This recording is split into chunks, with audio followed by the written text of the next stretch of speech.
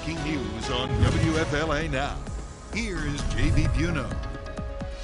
An update in the Cassie Carli missing person case in the Florida Panhandle. Moments away from our press conference. Getting underway now. First off, I'm joined by Mark Alderman from the State Attorney's Office. So Cassie Carli, who's been missing now for about a week, we discovered her body while executing a search warrant in Alabama. It was in a barn in a shallow grave. So it's not the ending that we wanted, obviously, but we're hoping to provide a little closure for the family. And also, as you know, as we reported earlier, the suspect is currently in jail in Maury County, Tennessee, on charges of tampering with evidence and giving false info reference missing persons investigation. Our major crimes unit, I can tell you this, I've never been more proud of them. They've served multiple search warrants in multiple states, traveled over 1,500 miles in a week searching for evidence in reference to this crime. So I want to thank them, but I also want to thank FDLE, FBI, Fish and Wildlife, Tennessee Highway Patrol, Tennessee Bureau of Investigation, Alabama Investigation Division, St. Clair County SO, Alabama, Springfield PD, Alabama, Walton County, Bay County, and Okaloosa County for their assistance. That tells you how far out this went. We're just proud that we've got this guy in custody. Obviously, more charges will be pending, depending on the autopsy, which will occur tomorrow morning. If you have any questions in reference to extradition or charges that will be pending on him, I'll defer to the state attorney. So do you have questions? Yes. Do you guys know how she was killed? No. The autopsy will reveal that tomorrow, hopefully. Has he been cooperative with this investigation? Absolutely not. No. What was the tip, or what was the information that led you guys to this place in Alabama? Are you guys revealing where she was found exactly? Or? No.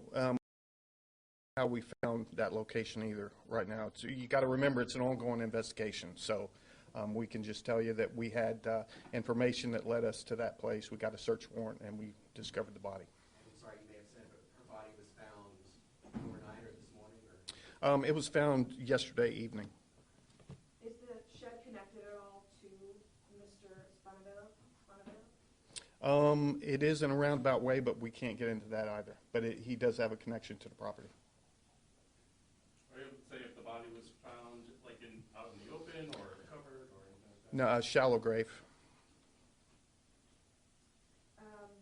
Regarding the previous charges, can you get it all into what evidence he tampered with and what evidence he might have destroyed? Yeah, it was in reference to the victim's phone. He took her phone and basically got rid of it. So. Were you guys able to ever locate the phone? Yes. Yes. Okay.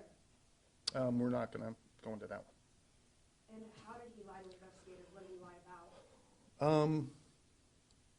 He lied a couple of times, actually, in different scenarios, but what was the exact thing? We just uncovered clear and convincing evidence that the information he gave us was materially false. Yeah. That we were able to confirm. Okay. How did police encounter him yesterday? Was this during a traffic stop or? Yeah, actually, our detectives went to Tennessee and got with the Tennessee Highway Patrol and Tennessee Bureau of Investigations, and they did surveillance, found him, and took him down on a traffic stop and arrested him. So obviously, Thursday, when you guys had the other press conference, it was clear that he was a suspect or a person of interest. You guys were keeping tabs on him. Right. Do you feel like he was on the move and a flight risk? Do you think he was trying to leave or hide? Or? Well, I can't speak for his thought process. I can tell you this: he was totally uncooperative. He never cooperated at all with us. And that goes a long way. I mean, you think about it, it's your baby's mother, and she's missing, and you're not going to cooperate with authorities. That's kind of telltale. At this point, you may have said it clearly, but the child, where is she? And I know she's safe, but is she back with family? Or is she still in custody? Not yet, but we're working on that as we speak. But yeah, she's been checked on by the Tennessee Department of Children and Families, and she's safe. I know you said he wasn't cooperative. Is he speaking now that her remains have been discovered? No, all he said was lawyer. That's all he said. And just history with this department or any other that you know? Not that I'm aware of, no. In terms of extradition, when can we expect him back here, or is he fighting that? Mark? Obviously, he's in Tennessee right now. We will know very shortly as to whether he's going to waive extradition. If he does not, we'll have to submit paperwork to the governor's office and do a governor's warrant. And that could take up, that could be a process? It can be a process. Usually we have about 30 days to do it, but we should know within the next couple of days as to whether or not he's going to fight extradition. So if he is not waiving extradition, it will take a little longer. But it's a pretty routine process going through the governor's office. And at what point will he, I know you said the charges will obviously be upgraded. Will it be once he gets back here, or it could be before then? At this point, as the sheriff said, the autopsy is likely going to be tomorrow, which will reveal a great deal more. As soon as we know more, we will file the appropriate charges, and we've been in consultation with the DA's office in Alabama. And as soon as we know more, we'll figure out what to charge and where to charge it. Do you guys believe he acted alone? Yes. Was he alone at the time of his arrest yesterday? Yes, he was. Yeah. And, you know, as for extradition, when you say, will he waive extradition, you know, since we've been dealing with him, he's been acting like a dirtbag. I don't see that changing, so I'm sure there'll be an extradition process. So. Do you have any history of Cassie complaining about him or any domestic incident history involving him? I was told by somebody that she had applied for a DVI before. But I don't have specifics. I don't. And just another question, the conditions of Sailor, was she unharmed, completely safe when you saw her last, and does she remain so? Well, we never saw her, but the Department of Children and Families in Tennessee that she was unharmed and in a safe environment. I know it was asked on Thursday, but do you Yeah. guys believe that the little girl may have witnessed anything or possibly could provide information for the investigation? Yeah, I mean, she's 4 years old, so I don't know that she saw anything. We don't have information yet, but, you know, her being 4 years old, I don't know how much info we could actually get out of her. Did someone from your sheriff's department notify the family, and if so? Yeah, in person, I did it this morning, so, How did that go? well, as you would expect it to. Crushed. I mean, it gives them some closure that they know where she's at now, but still, it's their daughter. I mean, you know, daughter and sister, and it is terrible. Was it difficult for you to do that? It always is. But, I mean, she was a citizen of mine, so I'm obligated, and it's not something you look forward to do as a detective or as a sheriff. It's horrible. You had said on Thursday, when asked about the investigation, that the whole major crimes unit, Yes. I believe you said 10 or 11 investigators, that was their sole purpose in finding Yeah. Cassie. Talk again about that, just the fact that you guys weren't giving up and that you did find her. Yeah, and like I said, they went over 1,500 miles in this investigation, multiple search warrants on cars, phones, houses, properties. I just cannot speak high enough about them. You know, very little sleep, traveling all over the place. We've got them in Tennessee, we got them in Alabama, Panama City, and they're all working as one team, and it came to this conclusion, which, you know, we hate it that Cassie has passed away, but it's good to get closure for the family, and it's good to keep this dirtbag in jail where he belongs. Since her remains were found in Alabama, are all these agencies still going to be with the investigation, or is it kind of just going to be?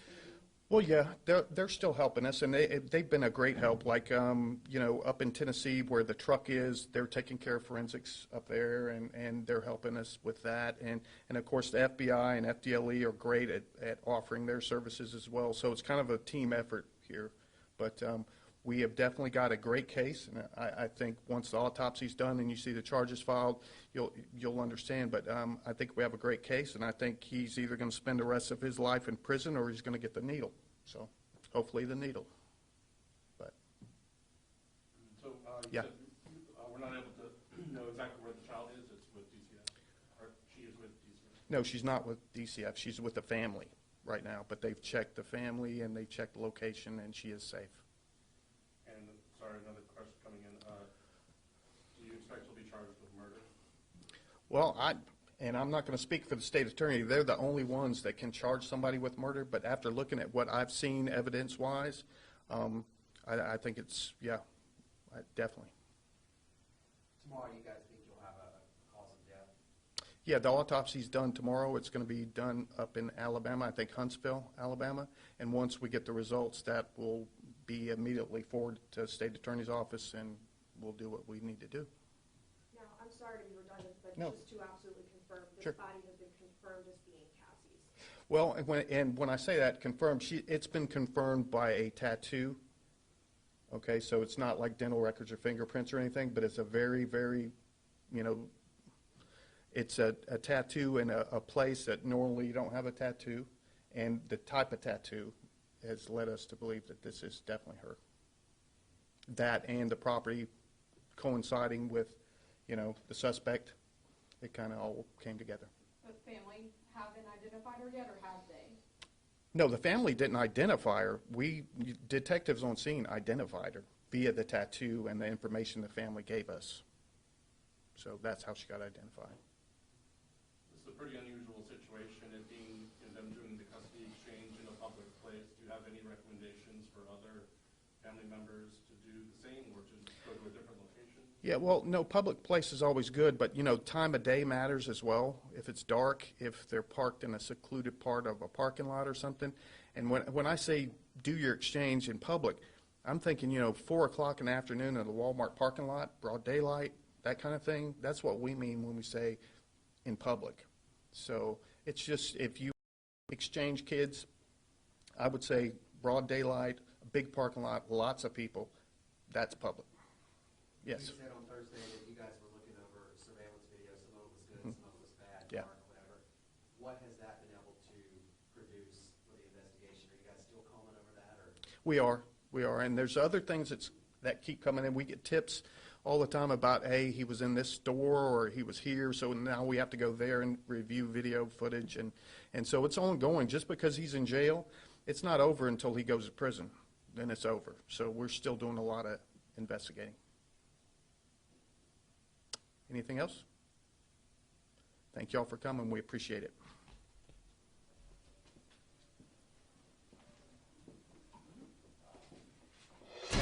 Breaking news on WFLA Now. Here's JB Buno. The body of Florida mother Cassie Carli found in a shallow grave in Alabama the day after the arrest of her boyfriend in Tennessee, the boyfriend that you just see now here on your screen. Heartbreaking update from the Santa Rosa County Sheriff's Office. Hey there, everybody. JB Buno here with you live on WFLA Now. Difficult.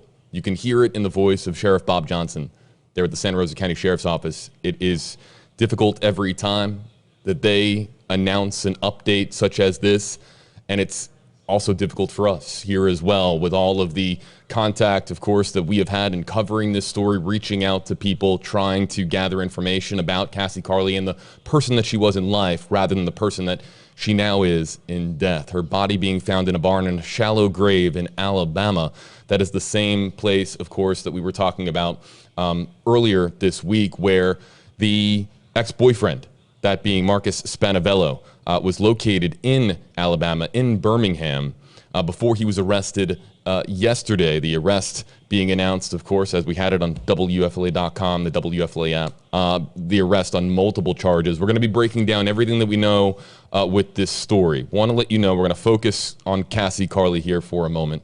I spoke with the family about an hour and a half ago, and they were, as of an hour and a half ago, preparing to hear from the Santa Rosa County Sheriff's Office, as is protocol, of course, when you have an update such as this on the passing of a loved one.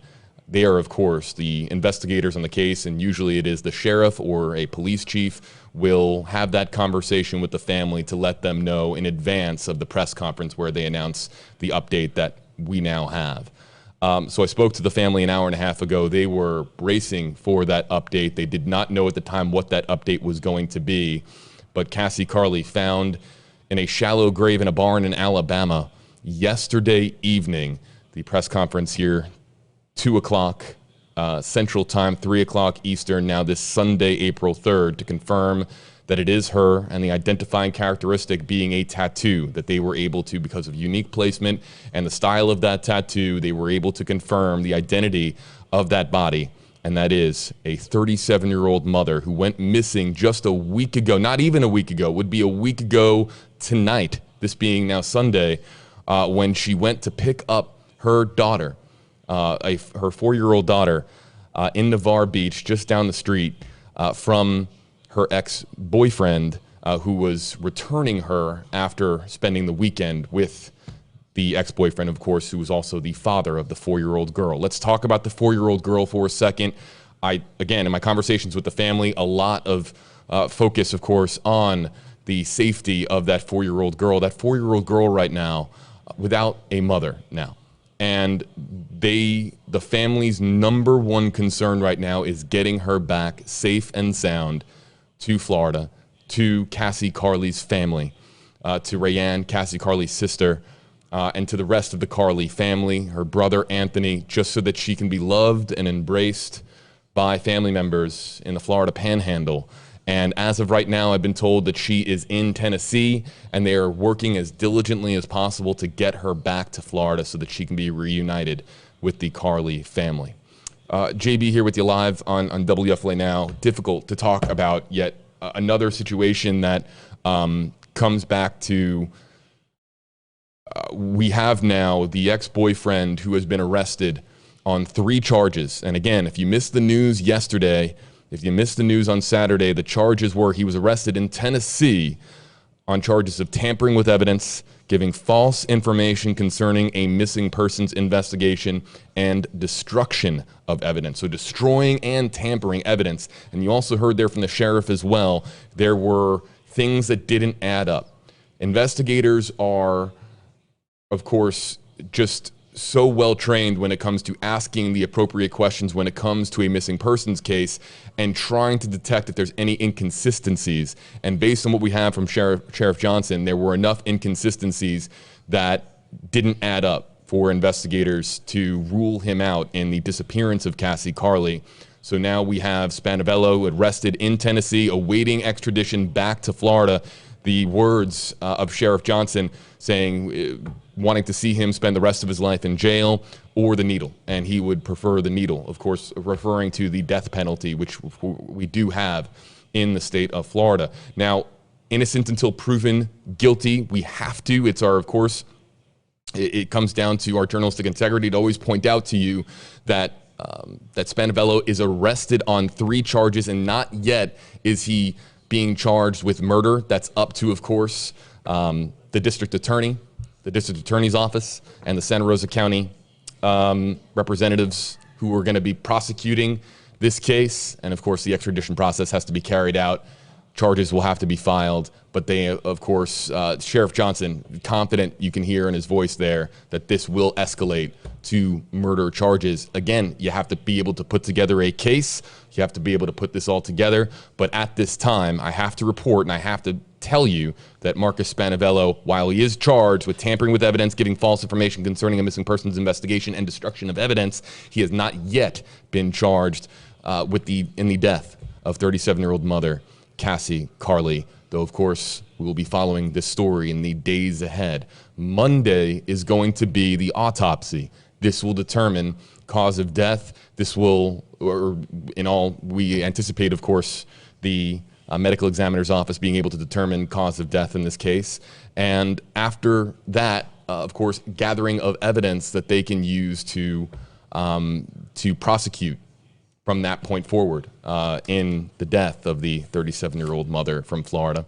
Also important to note what led them to this section of Alabama, the victim's phone. So Cassie Carli's phone, which we have talked about on stream, and it's common knowledge. The year is 2022. Your phone contains every detail of your life, or almost every detail of your life, from contacts to GPS locations to text messages that you've had with people, your call logs, so on and so forth.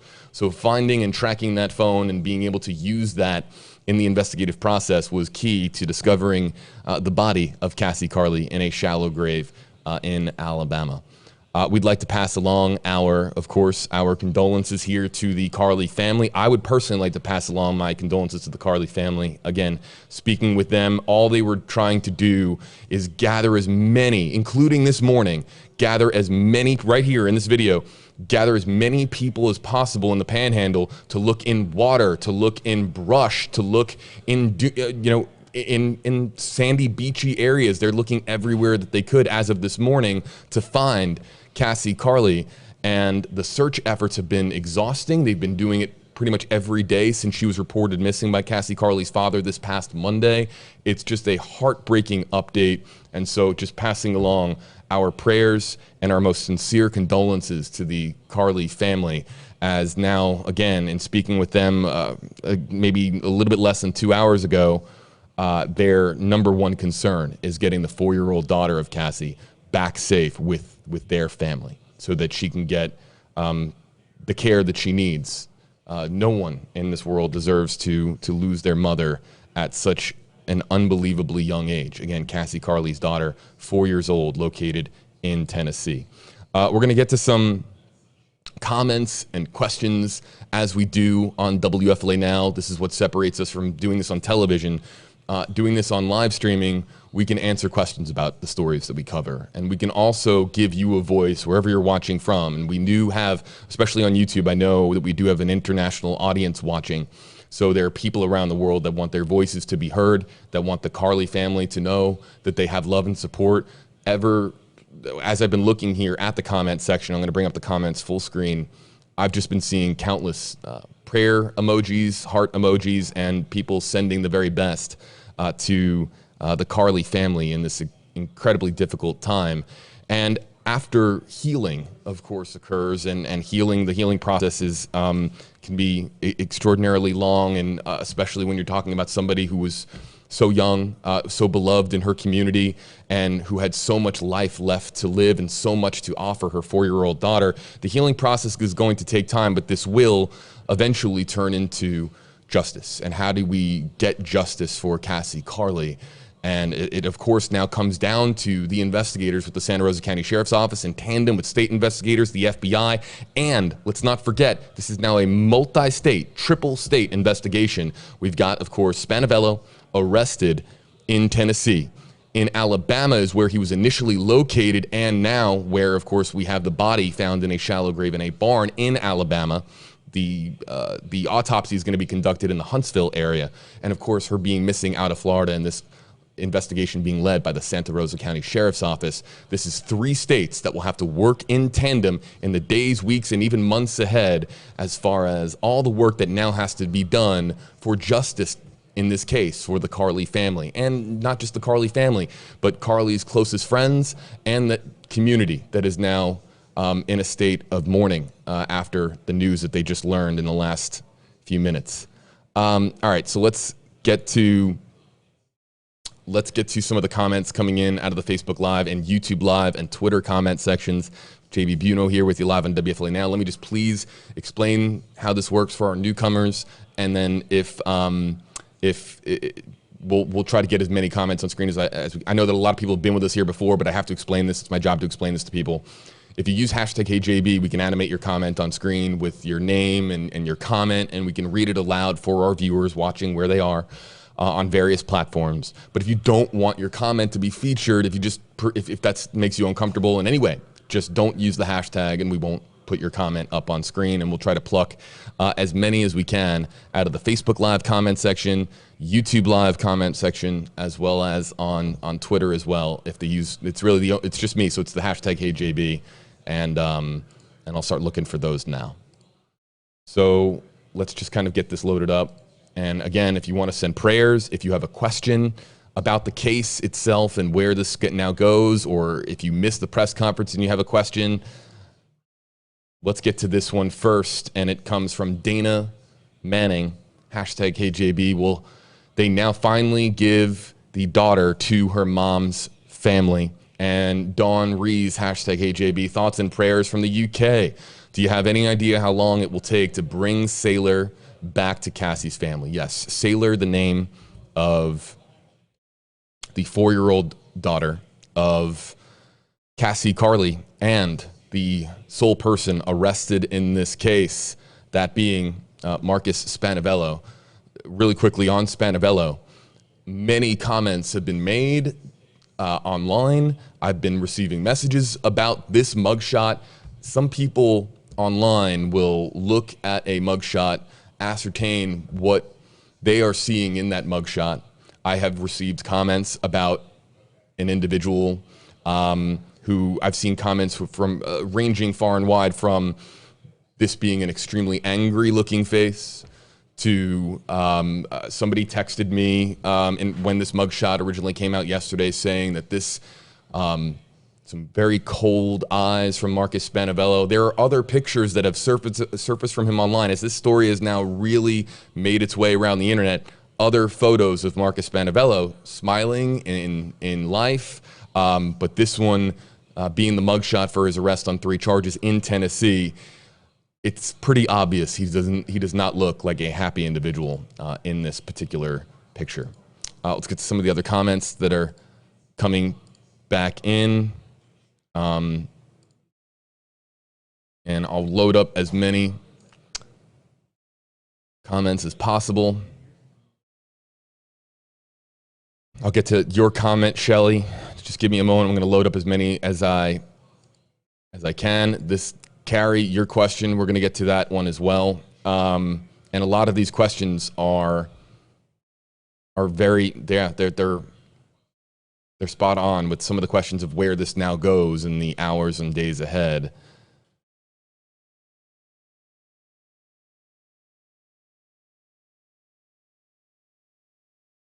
Getting 2 or 3 more. And we'll bring up the pictures of Cassie. We'll stay with the pictures of Cassie. If anybody would like to see that mugshot, it's a Google search away. Let's get to this comment from Glenda. We'll start with Glenda Jones, hashtag KJB. Will he be brought back to Florida or sent to Alabama? No, he's going to be extradited to Florida on those 3 charges that we talked about. And listen, we really don't know the extent of and the specifics of these charges and the evidence against that led to these charges being filed, but I'll read them again. Arrested in Tennessee on charges of tampering with evidence, giving false information concerning a missing persons investigation, and destruction of evidence. I want to focus on the evidence charges just for 1 second. One of them, destroying evidence, so getting rid of some evidence. So investigators have some kind of their own evidence that suggests that points to Spanavello destroying certain evidence and then tampering with other evidence. As I read this, as these charges are filed separately. So tampering with a pool of, let's say, pool A of evidence, and then destroying the other pool of evidence. That's in addition to giving false information. And then you heard Sheriff Johnson there saying as well that just what he was saying didn't add up with what investigators had built as far as their knowledge of Cassie Carli's disappearance and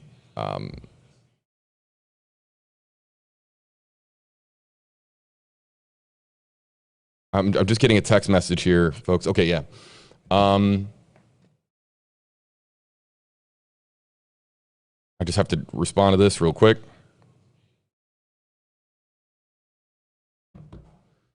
Okay. Just a lot of text messages coming in, so excuse me, folks. All right, back to, yeah, so the charges are going to be interesting as far as what evidence investigators have on those charges, but really, in the grand scheme of things, as this legal process plays forward, if Spanavello is charged with murder, and all signs right now, it seems based on what Sheriff Johnson was saying in this press conference, are pointing in that direction, that those charges, the other 3 charges, are just going to be tack-on charges. They're going to be add-on. That what the charge that is going to be most important to the case is going to be the murder charge if it is in fact filed. And again, as a reminder, we'll throw up Spanaville here one more time because I have to remind folks he's not charged with murder at this time. And as we do, it's important for us to remind people that in this modern era, when we throw up mugshots for people and when mugshots make their rounds around the internet, a person is arrested on charges. But we have to tell you this. We have to remind you that a person is innocent until proven guilty. Yes, the charges are certainly going to grab a lot of headlines around the world. However, we're going to do our part here in reminding our audience it's innocent until proven guilty, but that's also a reminder as well that it really comes down to the hardworking men and women of Santa Rosa County law enforcement to build a case and be able to just prosecute that case and make it, just airtight without any wiggle room for there to be any chance of the charges not sticking in a court of law. So back to the pictures of Cassie Carli and some of the search efforts that have been going on in Navarre Beach in the Florida Panhandle. Mandy Lee, hashtag HeyJB. Again, thank you for your reporting.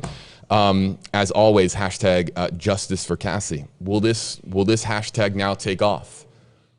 I think our viewers remember another missing persons case from last year, when then the hashtag became a movement, that movement being justice for Gabby Petito.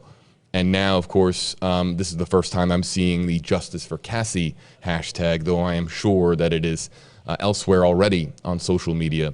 And it will be interesting to see, of course, how prevalent and how common we see this hashtag now, because hashtags with people, coming in, around the world and connecting on the internet with a particular story, hashtags are a way of bringing people together. I'm going to be over here, Jack, bringing people together.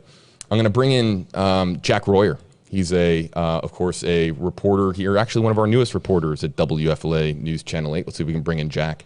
Hey, Jack, how we doing? Hey, JB, how are you? I wanted to tell you that Alabama court records show a connection, at least, that Spanavello had to the state. He was a warrant for his arrest was issued in March after he did not show up for a court date in St. Clair County, Alabama, on a speeding ticket, which is interesting. That apparently was before what has transpired in the last week. The court records show that he got that ticket back in December of 2021. He was stopped at that time, according to law enforcement, for driving 97 miles per hour in a 70-mile-an-hour zone. I've reached out to several different sources in Alabama to find out if there's any connection to that, if he seemed to be frequenting the area for any of the reasons. As you know, he told law enforcement earlier this week that he had business or work in Birmingham, where he was originally speaking with law enforcement. But an interesting note there, that arrest warrant was issued just days ago, really just last month, which was 4 days ago,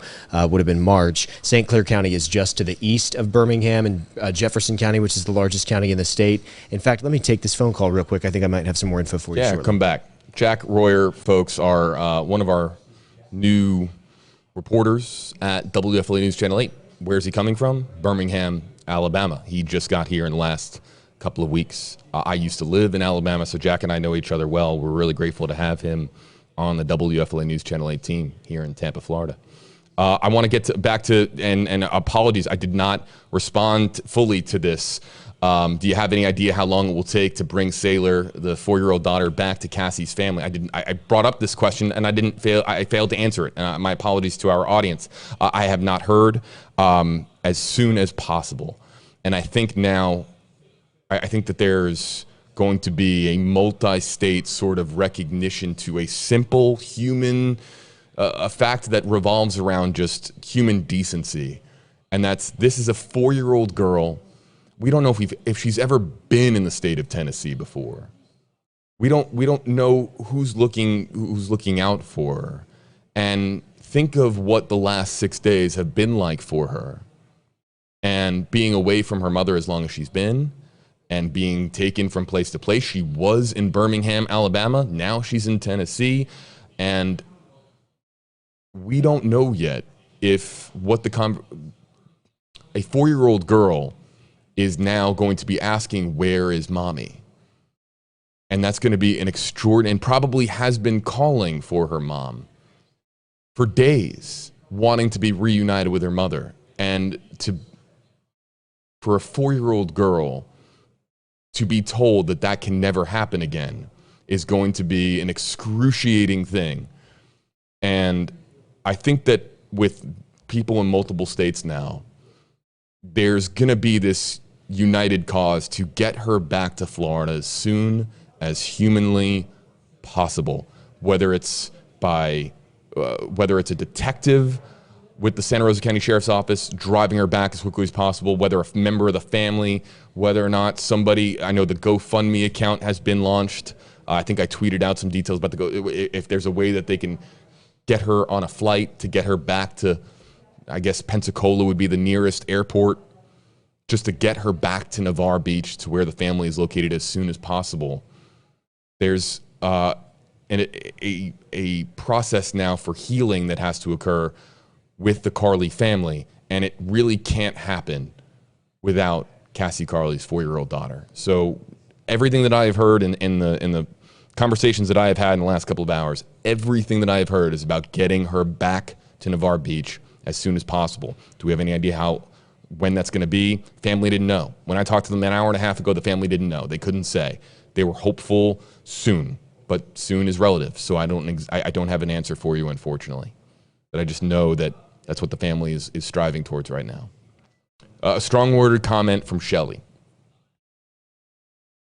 #HeyJB, what kind of human does this to their own daughter's mother? A beautiful human gone too soon. And you can read the rest on your screen.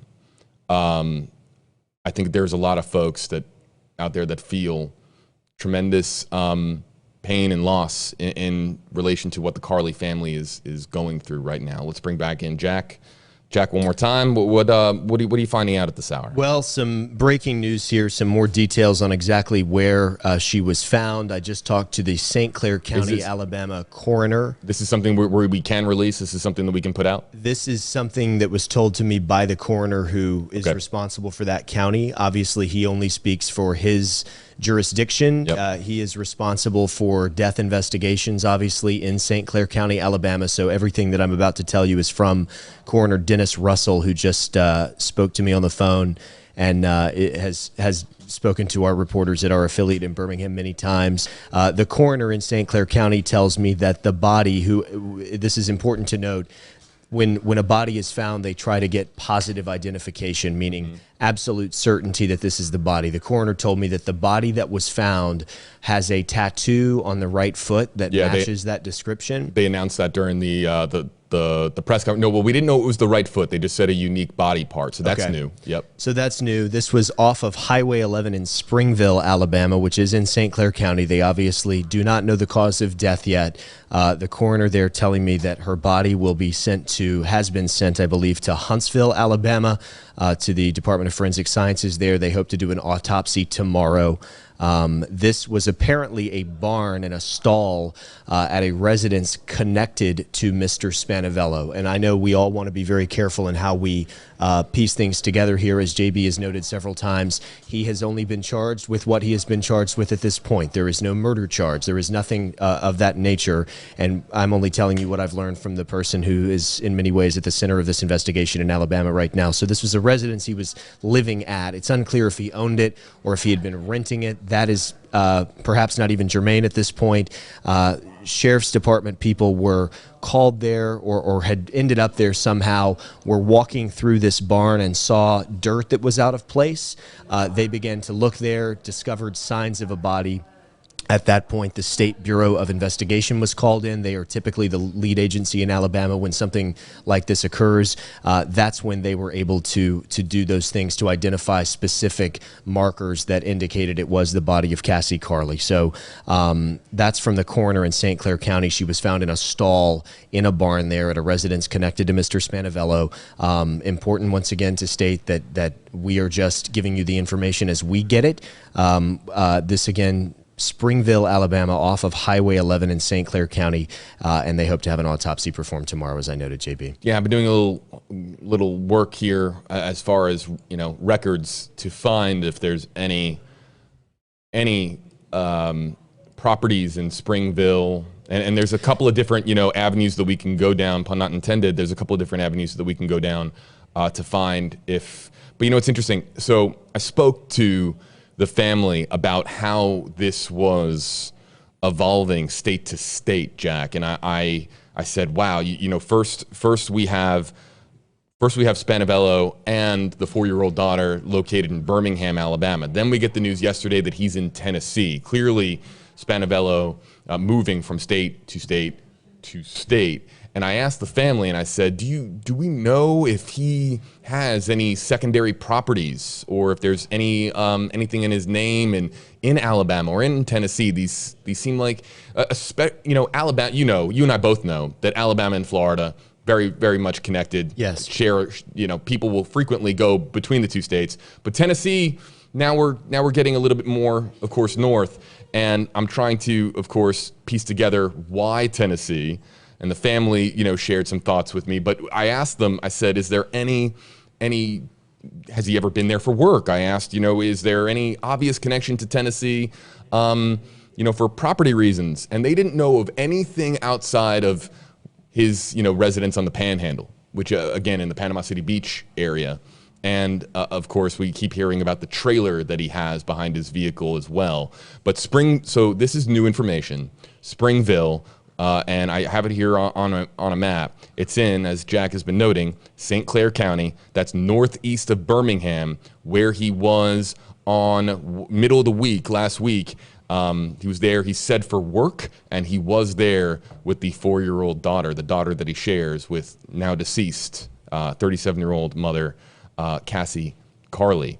So, so that autopsy, again, as Jack noting and as Sheriff Johnson noting, being performed tomorrow, but also too, Jack, the tattoo on the foot that's the identifier, correct? Yes, that's what because he made it very clear that they did not have positive identification, and folks who follow these types of cases understand what that means. But basically, they can't say for absolute 100% certainty that it's her. However, he said there were tattoos that matched her description, and I just asked where was it, and he said it was on her right foot. So that tattoo that the sheriff mentioned earlier was clear enough for him. And we should note, coroners don't have any benefit in telling us information that is wrong. Obviously, they want to be as sensitive as they can. They deal with these cases every day. So he would not share that information with me were it not something that led, obviously, all of these different agencies working jointly to believe that they have, in fact, found her body. That tattoo seems to be the most primary way that they know that at this point. And as I mentioned, her body will be taken to Huntsville, Alabama, which is about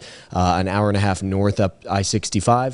Where an autopsy will be performed tomorrow, and obviously a lot still pending in this case. We as JB's noted several times, obviously send our condolences to the family and to all the many people, not only in this state and in this region, but in the country and across the world who've been hoping for better news than this. We can only hope that for her family, who I know you've been in communication with, that if there's anything to cling to as far as hope or any bit of positivity here, it's that they might be able to have some closure sooner than later. And obviously it is far too soon to suspect that is even possible. It's just heartbreaking to report these types of stories and heartbreaking to share this type of information. But at least, and I say this with great understanding and really a lack of understanding of what it must be like to experience something like this. But it will not be a months-long search. It will not be a years-long question mark. Here today, it sounds like we have information that is absolutely the worst-case scenario, something we hoped we would not have to report. But we have that information from one of the 67 coroners in Alabama's 67 counties today, and that's how we gather information about deaths. And at this point, it sounds like the body of Cassie Carli, as multiple agencies have pointed out, now we know some more detail about exactly where it was.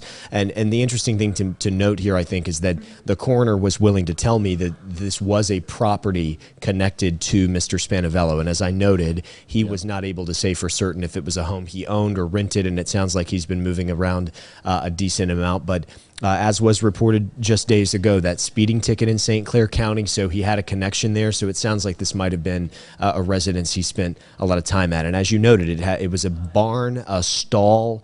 Deputies, it sounds like, were just sort of surveying the property, walking around. I'm not sure if they had a warrant specifically. I really would be speculating if I told you anything about that, but one way or another, they noticed an area where it seemed like dirt was where it shouldn't be, something was amiss, and they began to see signs that a body was there, and unfortunately, it sounds like it was, in fact, that of Cassie Carli. Interesting note.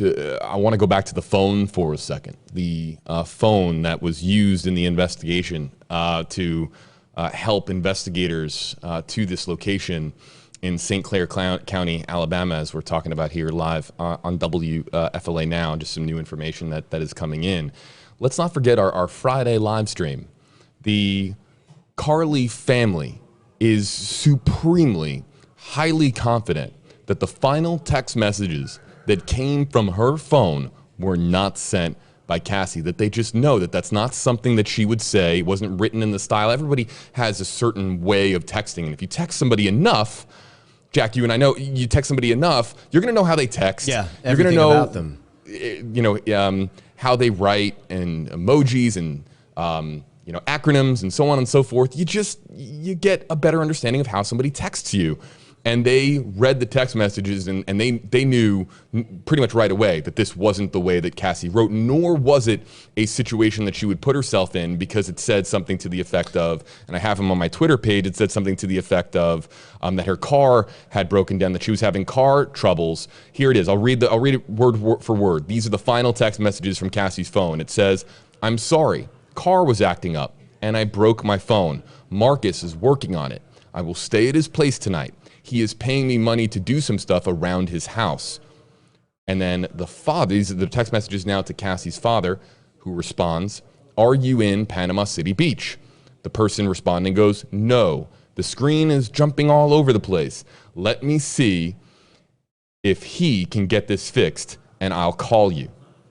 And then there's a couple of other text messages the father then sends in response. But the family told me, and we're about to play back the clip, from the Friday stream, told me this is a situation that Cassie Carli would never find herself in, given the difficulties in the relationship that she had with her ex, Marcus Spanavello, that she would never be staying at his place like that and asking or getting car help from him, especially when she was just driving, a little bit down the road. She wasn't driving too far away. So we talked about the text messages in our stream on Friday, and this is what Cassie Carli's family had to say. You are saying is that you do not believe that the text messages about the car being broken down, those text messages that went from Cassie's phone to the phone of her father, were not sent by Cassie, and We was do not. sent. And We do not believe that those messages were sent by Cassie.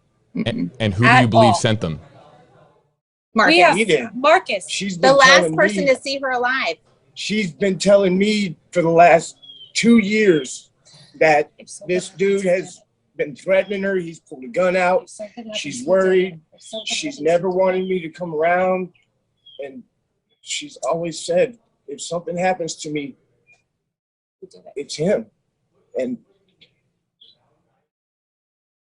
Cassie wouldn't leave her daughter. The minute I knew that she didn't have her purse, her phone, her car, or her child, we knew. We know.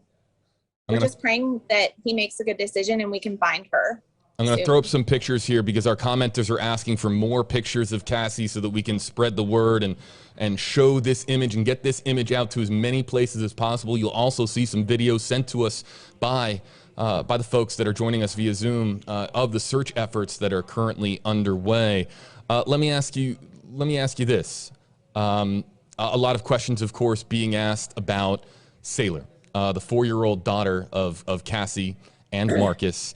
And now the Santa Rosa County Sheriff's Office says that Sailor is safe. But I know, Ray, you and I originally communicated over Facebook because you were saying that she's not with your family. So can you just speak for a moment to Sailor and her safety? Right. Sailor has been located by law enforcement and is well, but she is not safe until she is back with us, the maternal side of her family. She lives and resides full-time at my father's house with my sister. She is probably scared out of her mind, wondering where her mother is. She is not safe under his care. So that was a clip from Friday's stream when they joined us. That was Rayanne, who you just heard from there. Rayanne, that being Cassie Carli's sister. They joined us. They were just trying to get the word out as much as possible, and we were going on the live stream to get the word out about the Cassie Carli story to as many people far and wide. And this is what happens. You think that a story is local, Jack. You think that a story is local, and then before you know it, it spans into Alabama, and then you're thinking, okay, that's nearby, and then it spans into Tennessee. And now all of a sudden you're wondering, and our viewers with Gabby Petito and Brian Lonju will remember, okay, this was something that they started their road trip in New York. They are Florida residents, but they started in New York, and then they were going across the country, and there was this social media, trail of breadcrumbs that went all the way into Utah and Wyoming. Of course, the Moab, Utah video that came out, and it became a multi-state. So using social media to get the word out. But you heard there from Anthony Carli speaking there, saying that there was tremendous concern from Cassie to him and to other members of the family, and the exact words were, and again, it's a quote that again I tweeted out and I put out to a couple different places because it really stuck with me. Anthony Carli said, quote unquote, "She always said, if something happens to me, it's him," referring to Marcus Spanavello, arrested now in Tennessee. Let's come back now, and Jack, I know you're working the phones. If you've got to get going, I do in a second. But you bring up a good point a moment ago about the way the family knew those text messages couldn't have been from her, and they allege that. And they said in that stream as well, and forgive me, I can't hear what you just played if you just played this clip, but I thought you don't have your eye. That's right. I'm sorry. You don't have your earpiece. No, it's okay. Yeah, so I'm sorry about that. If you just heard this, but I thought it was interesting when we were reporting on this and I was listening to your conversation with the family on Friday that they said from the get-go this was different than something that would have been typical, that they didn't typically meet in Navarre Beach. They were supposed to go to Destin. I thought that was a very unique perspective to hear from her friends who said all of this was bizarre from the way it began and up until now. So if I learn any more information, I will let you know. And obviously we will continue following this as I know you will, JB. Thanks. Yeah, Jack. Again, you can stay for as long as you'd like it, but if you got to get going, let me know. Got to run. Okay. Jack Royer, everybody. Again, working the phones and talking to some folks in Birmingham where he was previously, but follow Jack Royer on social media. Again, one of the newest members of the WFLA News Channel 8 family. Thanks, Jack. Thank you. All right. Back with you here live on WFLA Now. We're going to do another 10 or so minutes here on stream. And again, talking about the breaking news of Cassie Carli's body found in Alabama. But really quick, before we get back to more of the hashtag HeyJB comments, and we've got hundreds of them in the queue, we're going to try to get to as many as we can. Back to the phone.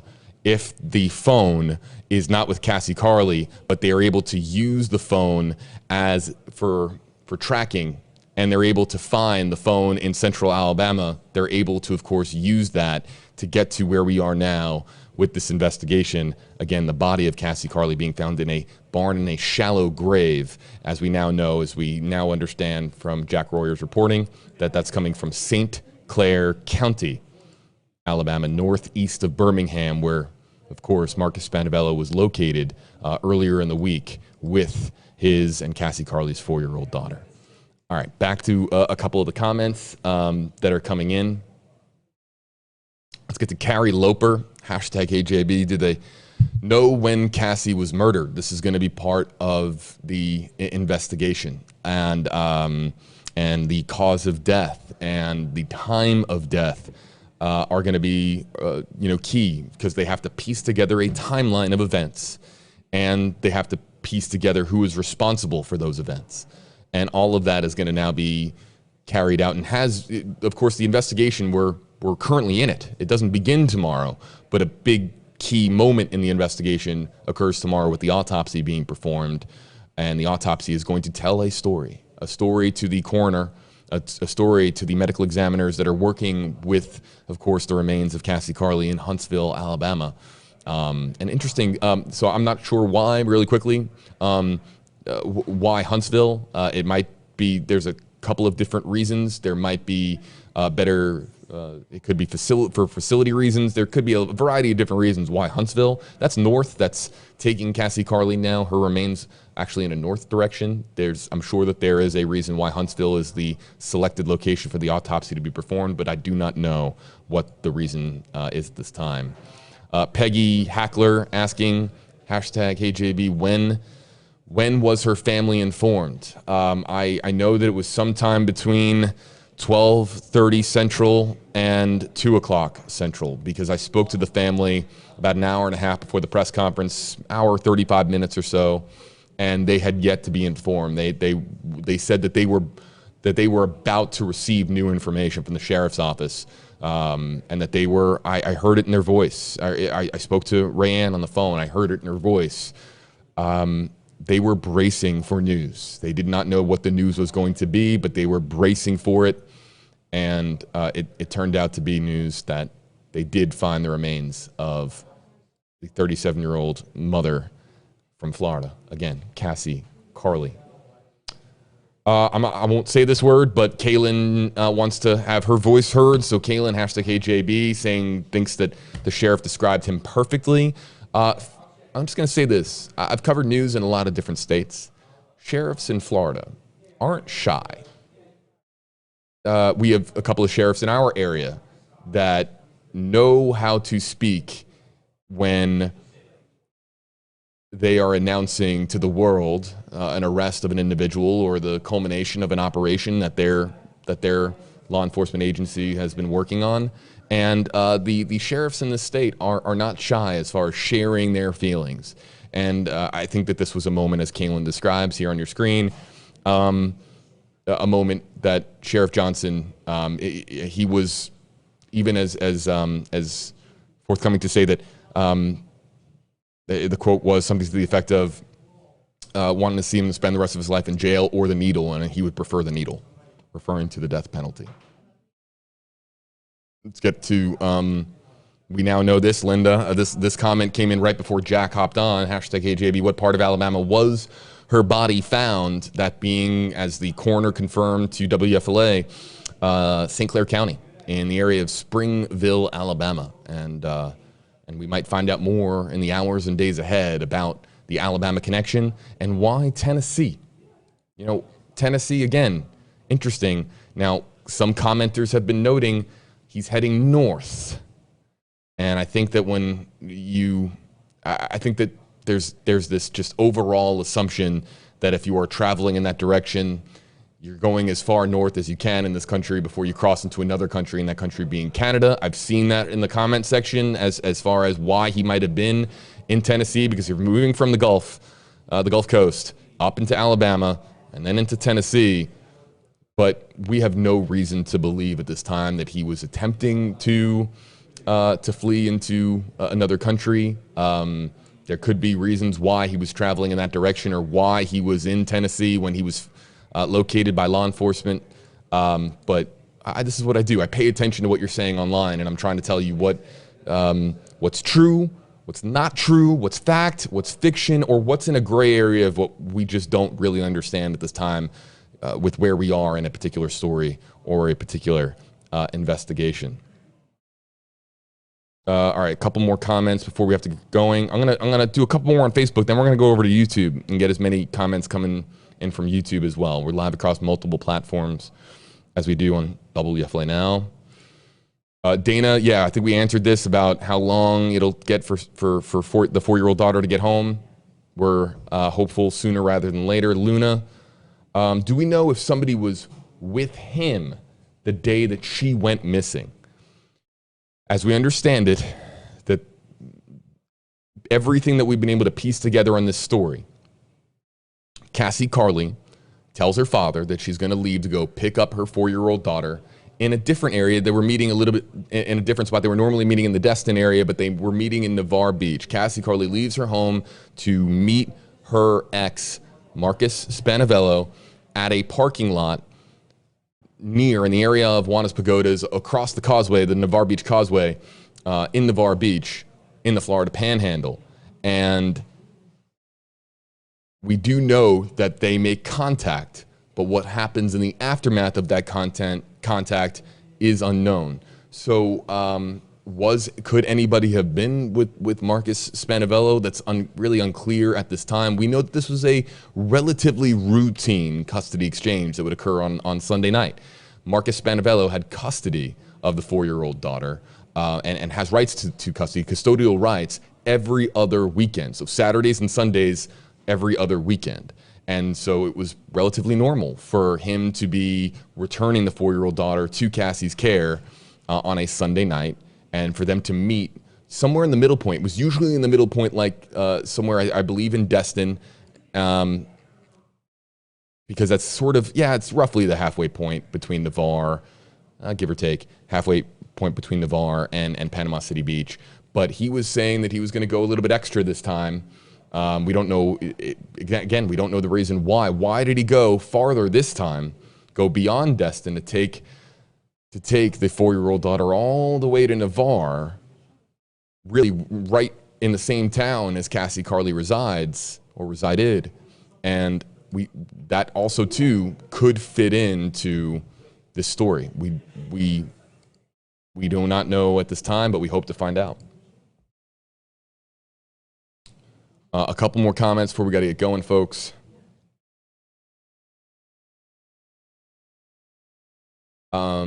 Deborah Martinez wants to know, #HeyJB, who is she with in Tennessee, referring to the 4-year-old daughter? I asked this question to the Carli family, and I said, who is she with in Tennessee? And they didn't want to elaborate, but they were very confident that she was in good hands. And I think I can share that with everybody here, that there was concern over the course of the week as to where the 4-year-old daughter was located and who she was with and the care that she was under. But in my phone call about 2.5 hours ago now, roughly, they were very, very confident that she was in good hands and that they were working through the process as quickly as possible to get her back to the Panhandle in the arms of the maternal side of the family, the Carli family. Before we get going, we're going to kind of just go rapid fire on YouTube. Live on YouTube, I see Journey of Justice joining us, Kim Martinez, New York Grasshopper, Happy Quails, a lot of folks joining us. Hello to you joining us on YouTube. We've been bouncing back and forth between YouTube and Facebook, but I want to just kind of really hone in on our YouTube audience before we go.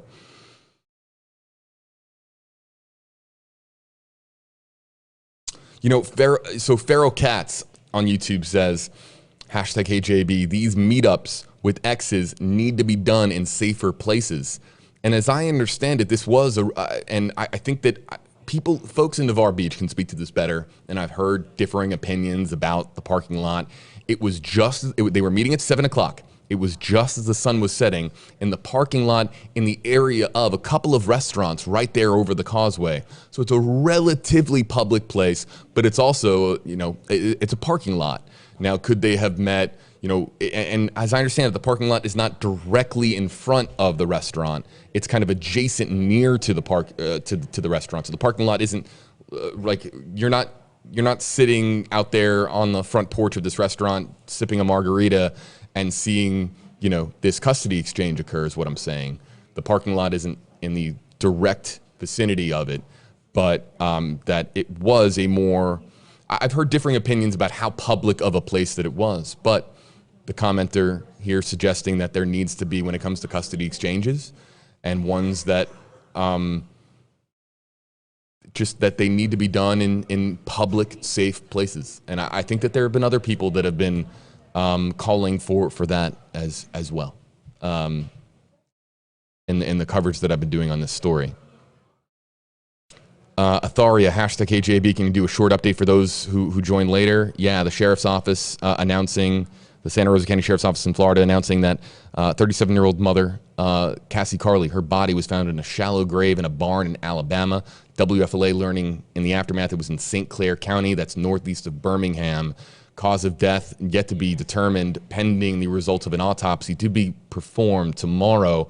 The one suspect at this time, at least publicly identified in this case, is Marcus Spanavello, the ex, who is in Tennessee, arrested on 3 charges, and they are going to seek charges that are appropriate. And of course, those charges would be murder if they find evidence that she, of course, was murdered by Marcus Spanavello. It's now about building a case, and this is where this now goes from here. But the gut-wrenching, heartbreaking update is what so many have been fearing all week, that Cassie Carli was dead, was deceased. And that was, of course, it was a gut punch to just everybody watching. I mean, I was here, and it's a gut punch to me. It's a gut punch to every time that you hear about this, and this happens too often. Let me just take a moment, just put this out there. This is happening too often. And we go live with stories about missing persons cases to find them alive, not deceased. And we know that we have covered missing persons cases, many of them in the Tampa Bay area and elsewhere in Florida, where they are found alive. And we breathe a sigh of relief. But we need more. We need more people being found safe and sound. And really, we just need less people being reported missing to begin with. We are seeing a lot of people get reported missing in this country, some of them connected to domestic violence cases especially. And it's been alarming that we have noticed. I've noticed it in my reporting. Others across the country, colleagues of mine in the world of journalism have been noticing it as well. It's concerning. And whether or not the numbers support that there actually is a rise in missing persons cases, that's conversation for another time. But I'm just saying that I've been noticing more, and it's alarming when you learn the details of these stories of how these people are going missing. And then as you cover them more and more, I'm also talking about the story of Tanisha Griffith right here in the Tampa Bay area. Her body just found on the side of the road in Pasco County, as if she was just left there. And that story, just alarming, extraordinarily alarming, and sending my thoughts and prayers to the Griffith family as well. We don't forget these cases. We cover these cases, and they hit home for us because there's just too many tragedies occurring. And I can only hope that we can be part of a solution, and we can shed a light on what is happening, so that more and more people identify this as a problem that is occurring way too often, and that we need to start talking about solutions. Here I am reporting on the problems and highlighting these cases individually as they occur, but there needs to start to be a tangible conversation happening everywhere about solutions to prevent this from happening as much as it is, to prevent it from happening in the future. I'm here to be part of any of those conversations that point us in the direction of solutions. Back to YouTube.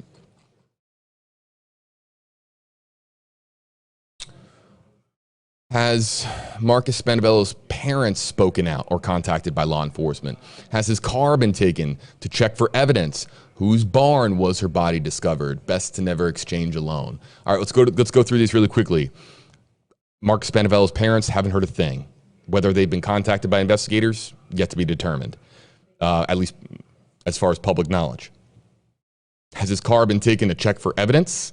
Was not asked during the press conference that I heard. We did have some glitches during that press conference because Santa Rosa County is kind of in a remote area where cell service and reception is kind of poor. Whose barn, we're now learning, as far as whose barn it was, we're now learning about a potential property connection in St. Clair County, Alabama, to Marcus Spanavello. But I think we're going to get more information, details about that in the days ahead, and follow WFLA for reporting on that.